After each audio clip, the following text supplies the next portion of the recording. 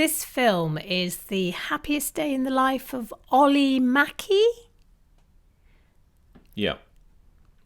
This is a true story about a Finnish man set in around 1962, and he was a great boxer. He won lots of competitions and was in training for yet another fight, but then he meets and gets distracted by a woman. And it's got subtitles.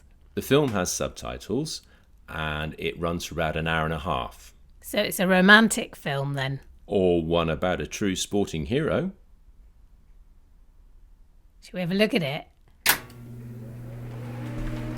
Tullaan tekemään kaikkemme, että mestaruus jää Suomeen. Sä voisit nyrkkeillä kameralla. Julma ilma. Rolli!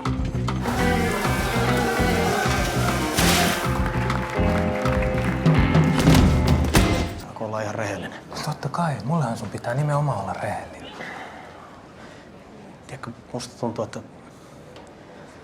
mä luulen, että mä oon rakastunut. Joo, terve. Aha.